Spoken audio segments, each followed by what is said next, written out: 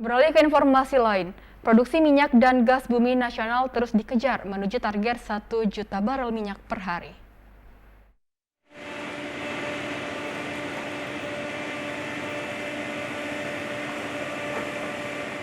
Subsektor migas masih menjadi penggerak perekonomian nasional, sehingga pemerintah terus berupaya dapat mencapai produksi minyak 1 juta barel per hari dan gas 12 miliar standar kaki kubik yang ditargetkan pada tahun 2030 mendatang.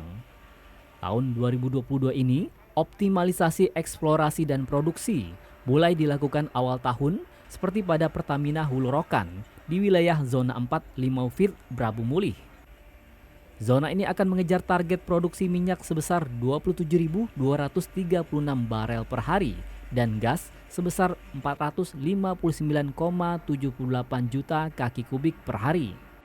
Kita perlu mengebor secara masif karena sebagaimana bapak-bapak mungkin ibu-ibu tidak pernah mendengar skala migas telah mentargetkan untuk dapat berproduksi 1 juta barel oil per day di tahun 2030, 12 BCM per day gas juga di tahun 2030. Ada 5 sumur existing, jadi ini sumur yang kenal.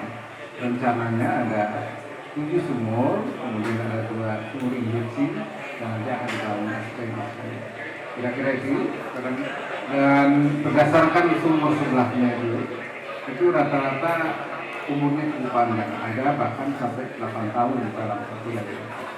Sementara itu pada tahun kemarin, realisasi produksi minyak pada zona ini mencapai 24.458 barel per hari dan produksi gas 539,77 juta standar kaki kubik per hari. Tim Liputan TVRI Sumatera Selatan melaporkan.